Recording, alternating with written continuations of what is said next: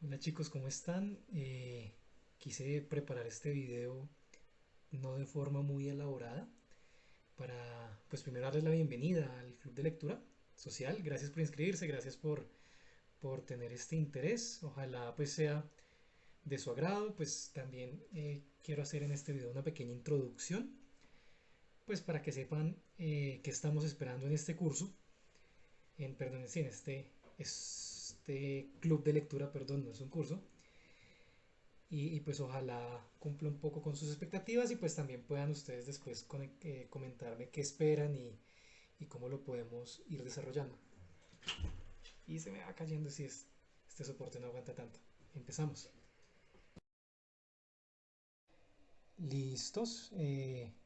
Ya pues estaremos compartiendo un poquito, una breve introducción. Hablamos primero del ser humano. Aquí tengo una división pues pedagógica. El ser humano, como sabemos, pues es completamente cuerpo, completamente alma, no se divide, pero pues este triangulito tiene fines únicamente pedagógicos. Entonces hablamos de que el ser humano tiene unidad de gracia, una relación con Dios, tiene una inteligencia y una voluntad en su alma y pues tiene un cuerpo que a veces los que hacen ese triangulito lo representan en los cinco sentidos. Y hablamos de cómo esa base precisamente deja arriba esa relación con Dios. El ser humano se orienta a Dios y así pues el cuerpo se doblega, el alma se doblega y todo pues tiene como esta orientación. Y en el principio de los tiempos, cuando Dios presenta su plan a los ángeles, a los seres angélicos, tenemos la introducción del non serviam, donde se introduce también el concepto de la revolución, que es básicamente ya no es cuerpo, alma, bueno, esto está hablando ya del ser humano porque los ángeles no tienen cuerpo, sirviendo al Señor, sino precisamente el non serviam es no te serviría a ti para servirme a mí, de parte de Luzbel, después Lucifer. Y tenemos pues este cambio desde el principio de los tiempos, como esta desviación antropológica en el ser humano, que podemos ver pues aquí ilustrada. Rápidamente, una cita de Gálatas: pero al llegar la plenitud de los tiempos envió Dios a su Hijo nacido de mujer, nacido bajo la ley. Y traigo a colación a San Agustín, por excelencia teólogo de la historia, y él nos dice que esta plenitud de los tiempos se da precisamente, eh, se coordina con todos los pueblos que existen y existirán. Entonces Dios llega acá pues a la humanidad primero cuando la humanidad estaba lista, por así decirlo. Hay quien dice, sí, pues primero tuvo que en Alejandría pronunciarse el logos, para que después Juan cogiera el concepto del logos, que luego hablarán con nuestro amigo el filólogo todo lo que hay detrás del concepto del logos, que no es simplemente decir palabra como lo traducen, o verbo, para precisamente decir lo que era nuestro Señor antes de, pues cuando, previo a encarnarse, que pues sigue siendo el logos, ¿no? Y esta plenitud de los tiempos pues se da en todas las épocas, precisamente porque en diferentes épocas el mensaje del cristianismo llega. Así como un poquito, avanzo rápido. Y precisamente hablando de las épocas, quiero traer a colación lo que dice el Papa Pío XII, y es que de la forma dada a la sociedad dependerá que se infiltre el bien o el mal en las conciencias. Sigo. Y en uno de los documentos que hablaremos adelante de la doctrina social de la Iglesia, hay un apartado que dice: nunca antes en la historia, en el numeral 8, se había visto tan angustiosa situación mundial bajo el signo del desorden. Más citas. Aquí sí, pues está larga, leanla ustedes, pero esta es del Cruzando el umbral de la esperanza de San Juan Pablo II. Aquí sí tiempo para que la lean porque es chistoso que yo les lea mientras ustedes pueden leer, o que pausen el video. Y así es corto. Y puntualmente, después de eso, otro apartado de la Lumen Gentium, que es bueno como coger y masticar. Este habla de la vocación del laico, precisamente. Entonces tenemos la situación actual, en voz de San Juan Pablo II, y la vocación de los laicos en la Lumen Gentium. La Lumen Gentium es de los documentos más importantes del Concilio Vaticano II, al igual que la Gaudium et Spes. La Gaudium et Spes es como la puesta en práctica de la Lumen Gentium, por así decirlo, así lo interpreto yo. Listo, pusieron pausa, leyeron lo que corresponde a los laicos, esta cuestión del orden. Y aquí vemos que precisamente tenemos lo que les decía, esta revolución introducida por el non-Serbian, y es menester precisamente del laico traer orden. ¿Por qué? Porque hay un desorden, como pueden ver en la pantalla. Sigo. Aquí es cuando hablamos entonces de qué pensamos como la doctrina social de la iglesia. Primero que todo, bueno, aquí tenemos nuestra iglesia y tiene bastantes desafíos en el ámbito social, un poco más actuales. Primero tenemos, busca el recuperar y reapropiar la visión tradicional de la política. Decía San Juan Pablo II, no, el Papa Francisco, que precisamente la política es es el acto más solemne de caridad y de servicio, y precisamente lo que se entendía tradicionalmente como política es precisamente ese gran servicio. Tenemos también buscar el recuperar el sentido metafísico de las realidades propias de la actividad social, es decir, recuperar definiciones, conceptos, lo que son las cosas, porque el ser de las cosas actualmente se ha tergiversado. Entonces hay 17.000, por ejemplo, definiciones distintas de lo que es amor, 17.000 definiciones distintas de lo que es justicia, lo que es caridad. Inserte 17 cosas, sé que entienden ahí, y recuperar el mundo. Nos dejamos convencer de que la forma, por así decirlo, más, ¿cómo es que se dice sin tomar partido? Más, bueno, se me entiende, más como centrada, diplomática, correcta de interpretar las cosas, es desde un punto de vista ateo o agnóstico, ¿sí? Y para pensarlo como reflexión, pensar un mundo desde la perspectiva que Dios no existe no es pensar un mundo más real, es simplemente, como su nombre dice, pensar en un mundo sin Dios, ¿sí? La realidad no, digamos, no, una visión más real, más realista, más centrada, más diplomática, etcétera, etcétera, no implica tomar una posición como es la posición sin Dios. Entonces recuperar un mundo es retomar precisamente el pensar el mundo desde un mundo con Dios, que es como el mundo en el que creemos. Y pues aquí tenemos, ahora sí, la doctrina social de la iglesia, que es un corpus doctrinal, un conjunto pues es un conjunto de reflexiones. El compendio como tal, bueno, está el compendio, son cosas distintas, lo siento. La doctrina social de la iglesia es el conjunto pues de todas las reflexiones que ha hecho la iglesia pues a través de la historia en el campo social. El compendio de la doctrina social de la iglesia es cuando en 2004 San Juan Pablo II decidió que todas esas reflexiones deberían estar pues en un mismo documento, y pues en 2004 él ahí con el Consejo Pontificio pues definieron qué documentos iban a estar precisamente en el compendio, y posteriormente tanto Benedicto como Francisco, el Papa, han añadido algunos documentos a esta reflexión social, porque como dice aquí el segundo numeralcito debajo de corpus doctrinal, está en constante construcción. Entonces, es un corpus doctrinal que consta de principios, criterios y directrices. Ustedes aquí no van a ver planes políticos puntuales.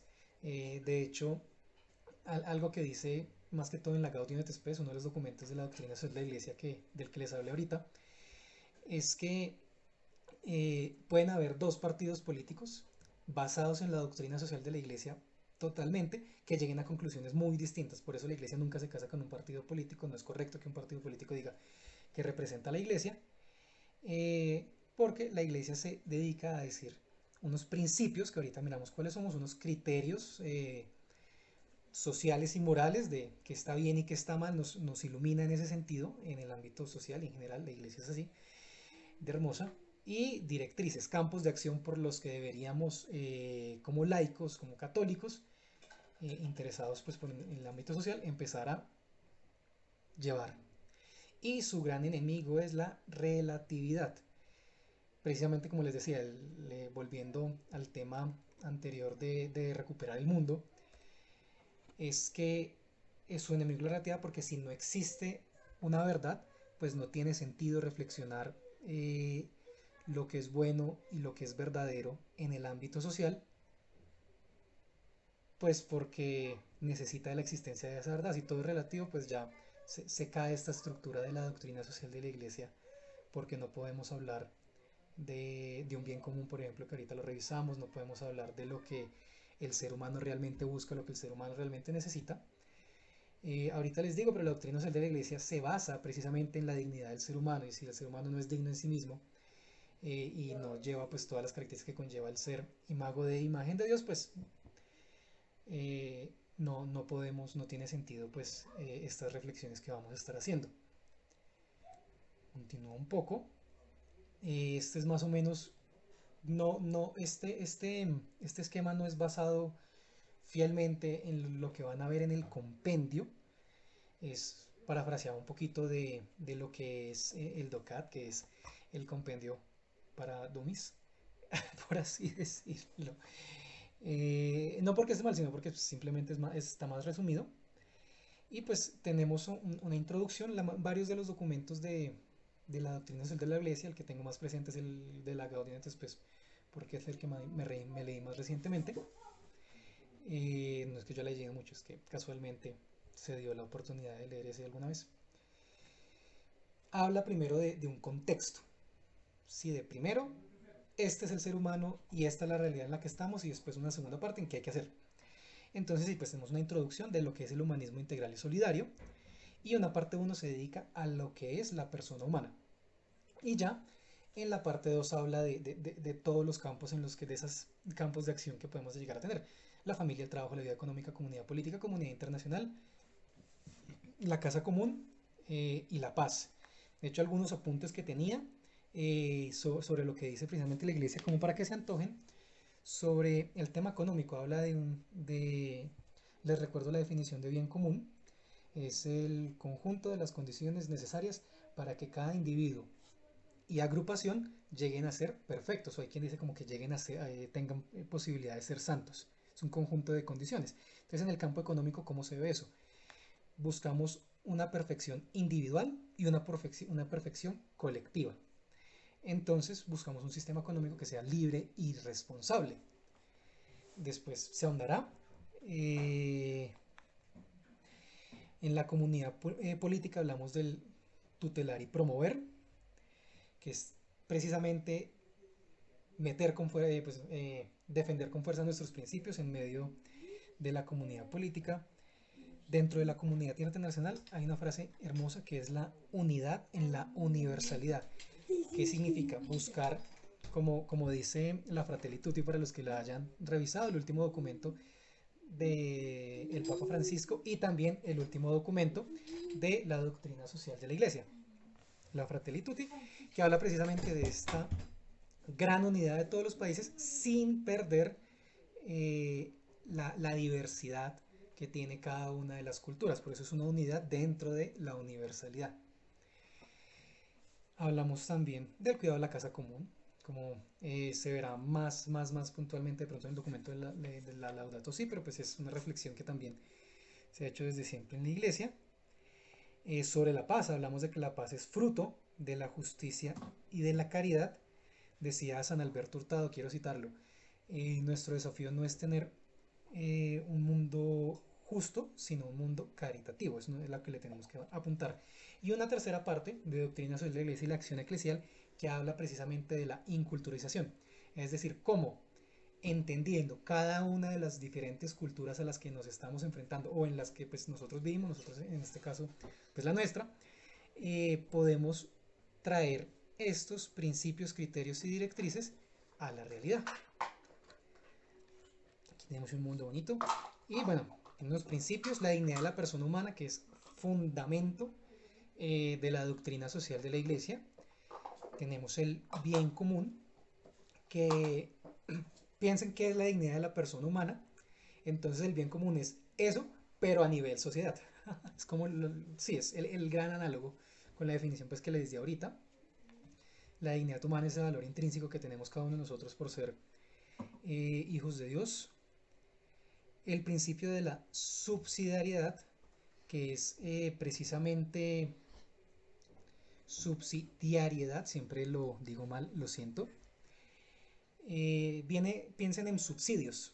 ¿sí? Precisamente cómo yo ayudo al otro respetando la capacidad del otro y respetando pues las instancias intermedias de quienes lo pueden ayudar. Entonces un ejemplo a veces básico es la familia. La familia dota de todo y los papás a sus hijos hasta que ellos puedan, en la medida en la que ellos puedan empezar a valerse por sí mismos. Entonces los cargan hasta que aprenden a caminar y etcétera, etcétera, extrapolado. Entonces no es bueno que, por ejemplo, papá Estado nos dé absolutamente todo y respetando lo que nosotros podemos conseguir por nosotros mismos. Y tampoco es bueno que lo que nosotros no podemos conseguir por nosotros mismos no haya alguna institución que nos colabore. Y la solidaridad, hablamos de la solidaridad con precisamente la responsabilidad que cada uno tiene sobre el otro, como para decirlo en palabras corticas. Del bien común sale un fruto que es el destino universal de todos los bienes, es decir, las cosas están hechas para el hombre, en palabras sencillas, y de la subsidiariedad, precisamente como estamos pensando en el valor del esfuerzo y lo que cada quien puede lograr, viene también el fruto de la participación, que es precisamente que todos tienen derecho de una u otra forma a participar precisamente en el ámbito social. No necesariamente bajo un determinado sistema, digamos, no es casarse con la democracia, por ejemplo, sino que la participación tiene que de una u otra manera eh, expresarse. Y pues, cuatro valores, la verdad, en ese orden, la verdad, la justicia, la libertad y la caridad. No olviden lo de ese orden, lo siento. Pero sí, la verdad ilumina. Sigo acá un poco. Y aquí, pues, los principales documentos en orden cronológico de la doctrina social de la Iglesia. Desde la Rerum Novarum, que es creo que de León XIII, me corregirán, o León XII, yo los leones del 10 al 13 los confundo todos, pero sé que fue un león. Eh, la Rerum Novarum, que pues es el principal documento por excelencia, que habla precisamente de la situación social del momento con los empleados y las industrias, y hace un poco contrapeso a todo lo que venía siendo la propuesta de Marx. 40º año es la celebración de los 40 años de la Rerum Novarum y pues así están algunos radiomensajes de paz, algunos de Navidad bastante simpáticos, siempre bueno, los dos que tengo presentes que son del introduzca al Papa que iba antes de Juan 23, lo siento, que es precisamente sobre la paz. Juan 23 también tiene uno bastante bonito en Navidad, creo que es de Navidad. Y ahí seguimos, Materias Magistra, pues Madre y Maestra, Paz en la Tierra, que es de Juan 23. Y pues aquí llegamos, me detengo también en la belleza de... Oh, por Dios, no puse Gaudium et Spes. Bueno, la Gaudium et Spes es el documento social por excelencia del Concilio Vaticano II. Y somos católicos nacidos en el posconcilio. Tenemos que conocer mucho de lo que se hizo en el Concilio Vaticano II y este documento es excelente. No recomiendo empezar con ese porque fue el documento que leímos hace un año en el directorio y no quiero que pues tan recientemente pues lo repitan y pues más habiendo tanta riqueza, ¿no? Pues aquí ya tuvieron tiempo de más o menos mirar. Después de Deus Caritas Est son los añadidos posteriores pues a que fallece San Juan Pablo II al compendio, que Dios es amor, la caridad, la verdad, y ya los tres últimos son el aporte del Papa Francisco. Ahora estamos pensando en el club de lectura social de universitarios. Yo sé que algunos del club son egresados, pero tienen esa alma universitaria. Ya les diré por qué. La universidad, perdón por este breve paréntesis, los que piensen que el video está muy largo ya pueden salirse acá, ya fue la introducción al club social, ya voy a hablar de este pedazo y luego sí, pues eh, retomo las ideas. Pero la universidad tiene tres aspectos muy importantes a tener en cuenta para toda esta reflexión social. El primero es la enseñanza. La universidad coge la cultura y la transmite. El segundo, la investigación. Crea cultura. Entonces no solo transmite cultura de los hallazgos y descubrimientos del pasado, sino que crea nuevo conocimiento, cultura pues entendido en el más amplio sentido de la palabra, y además pone ese conocimiento que genera y que transmite al servicio de la comunidad. Son como los tres ejes que San Juan Pablo II en su documento Excor de Ecclesia, el corazón de la iglesia, resalta de lo que es la universidad. Y de hecho, como al ser esta encargada perfecta de crear, transmitir cultura y servir a la comunidad, la denomina el corazón de la sociedad, el corazón mismo de la sociedad, a la universidad. Y pues, como universitarios hay una misión social específica. Aquí esta diapositiva la saqué de otra conferencia que preparé alguna vez y habla de que este corazón de la sociedad hay que encenderlo desde, pues precisamente el ambiente. ¿Qué es encender el corazón de la sociedad? Encender de amor la universidad, como dice la oración de Sin Medida. Aquí, rápidamente, reflexión puntual. Aquí ya me estoy saliendo demasiado del tema, pero volveré, por eso los que quieran dejar hasta ahí, entenderé. ¿Qué pasaría si el día de mañana el Internet desaparece? ¡Tra! Se caen absolutamente todas las comunicaciones que Internet había generado. Sería una catástrofe tal, porque es donde todos nos estamos comunicando, que no sé si la alcancen pues a vislumbrar, a imaginar, pero pues básicamente eso es lo que sucede con la caída del Imperio Romano. Todo el sistema de vías, principalmente, y pues también de relaciones diplomáticas entre las mismas ciudades, por el cual el conocimiento se transportaba, un descubrimiento en un lado del imperio, pues podía llegar y hacerse útil en otro lado del imperio, y precisamente este compartir el conocimiento, que es lo que hoy el internet facilita, precisamente porque un descubrimiento en un extremo del mundo pues se puede ser utilizado en otro extremo para hacer y generar más conocimiento. Se cae, toda esa posibilidad desaparece. Y toda la zona del Gran Imperio Romano se estanca, pero de una manera absurda, porque sus vías de comunicación pues desaparecen. La caída del Imperio Romano significa eso. Y lo que evita que la catástrofe pues pase a mayores es este señor, el gran San Benito de Nurcia, que con la introducción de su norma monástica, con el hora et la hora, y la gran difusión de una red monástica fuerte, fuerte, fuerte a lo largo de Europa, es lo que primero mantiene el conocimiento, lo lleva, ¿sí?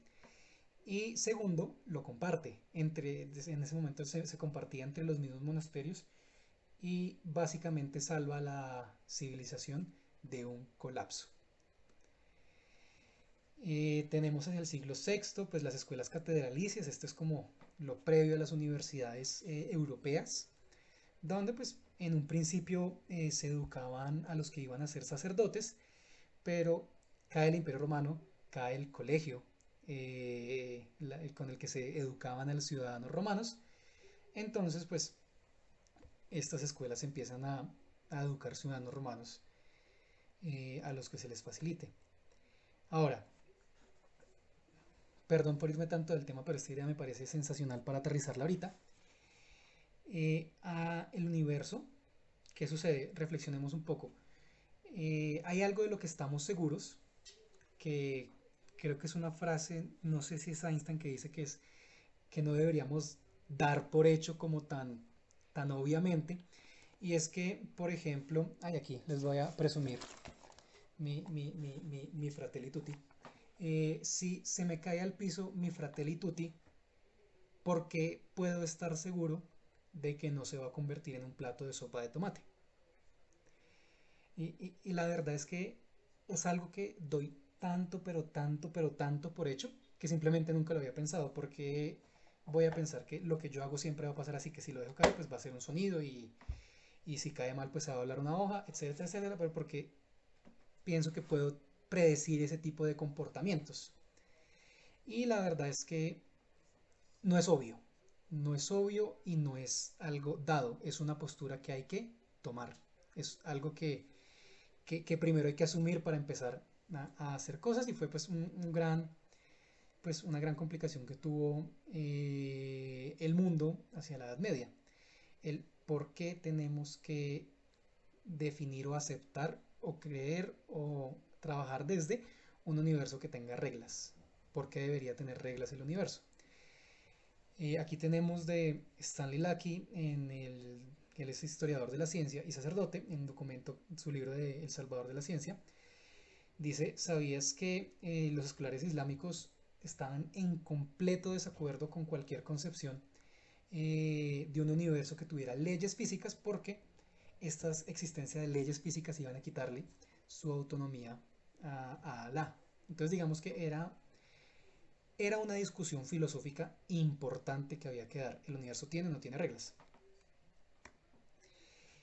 Y pues tenemos en la escuela de Chatré, basado en un versículo bíblico, el libro de la sabiduría 11:20, y dice el versículo, y aun sin esto, de un simple soplo podían sucumbir, perseguidos por la justicia, aventados por el soplo de su poder, refiriéndose a nuestro Señor, pero tú todo lo dispusiste con medida, número y peso.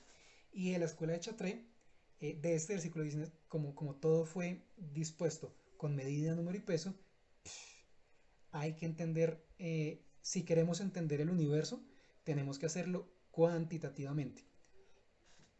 O sea, aceptemos mediante una interpretación bíblica la postura filosófica de el universo se tiene que entender cuantitativamente, hay reglas, es medible, podemos como crear teoría al respecto.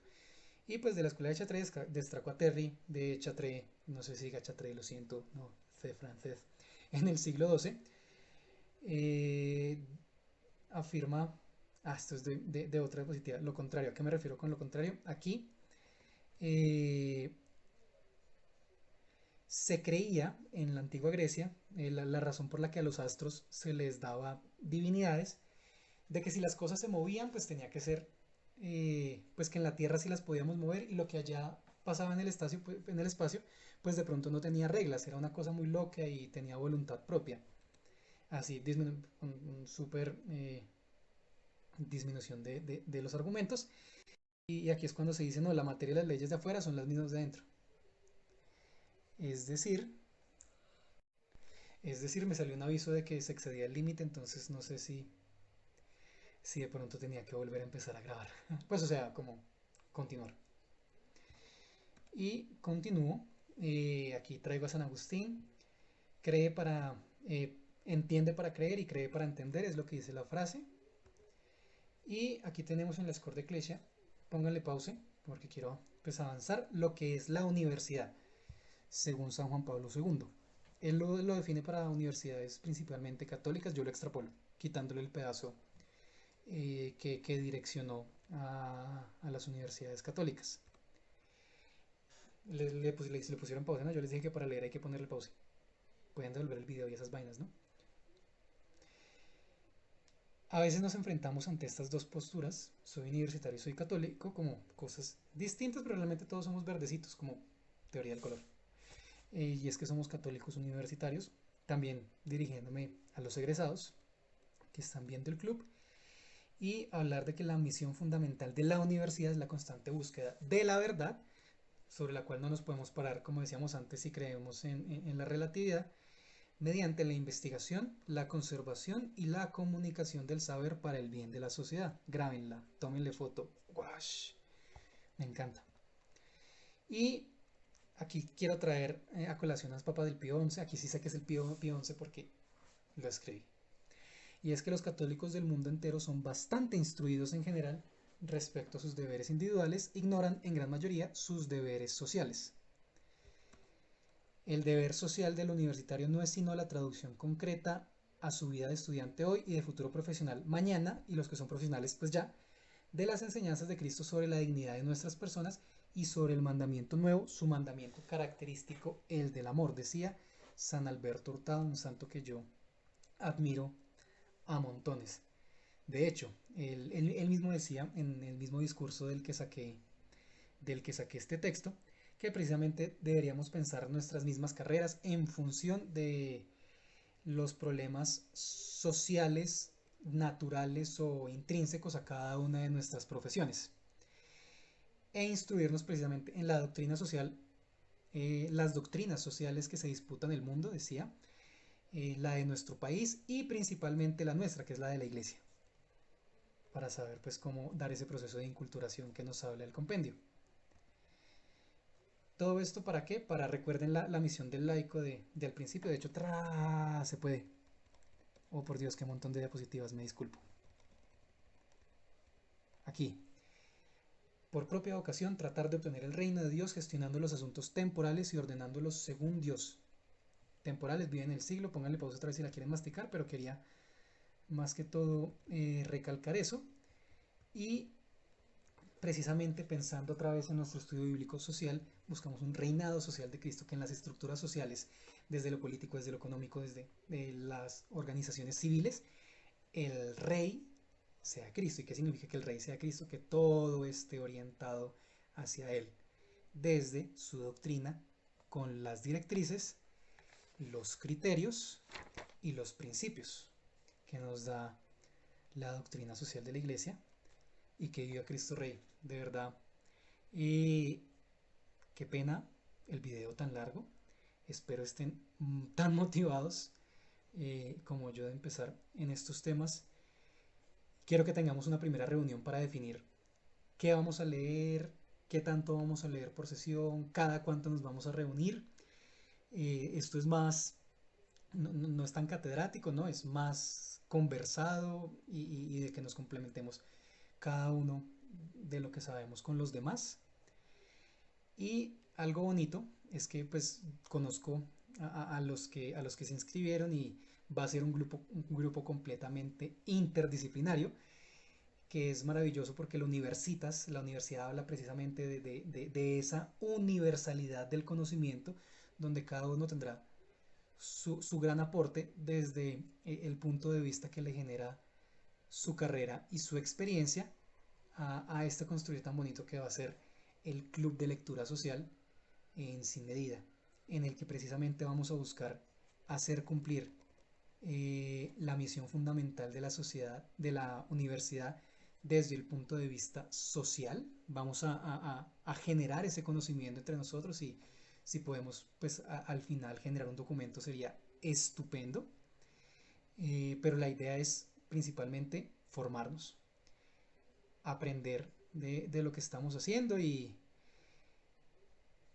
ya, el principal objetivo es que cada uno esté convencido, finalizando al menos este primer semestre, de buscar el bien común, ese conjunto de condiciones necesarias para que cada individuo y conjunto de personas puedan llegar a ser santos y que lo hagan desde la búsqueda también del respeto de la dignidad humana. Una frase sobre un filósofo conocido que hizo su maestría precisamente en doctrina social de la iglesia, parafraseando a cómo deben ser los obispos pastores con olor a abeja, aquellos laicos que nos preocupamos por el tema social y que queremos vivir esta doctrina social de la iglesia, tenemos que ser laicos, perdónenme la expresión porque suena horrible, con olor a pobre. De hecho, si seguimos como el caminito de los frutos del bien común, el bien común implica el destino universal de los bienes. El destino universal de los bienes implica la propiedad privada y la propiedad privada implica la opción preferencial por los pobres, que es un principio evangélico. Y me estoy extendiendo mucho. Gracias chicos, de nuevo viva Cristo Rey. Gracias por la confianza depositada en Sin Medida para aprender de estas cosas y a empezar a leer, a comprometernos con las lecturas y a dejarnos permear por el Espíritu Santo en esta misión social que nos quiere dar a conocer y que busca que nos formemos para cumplir. Un abrazo.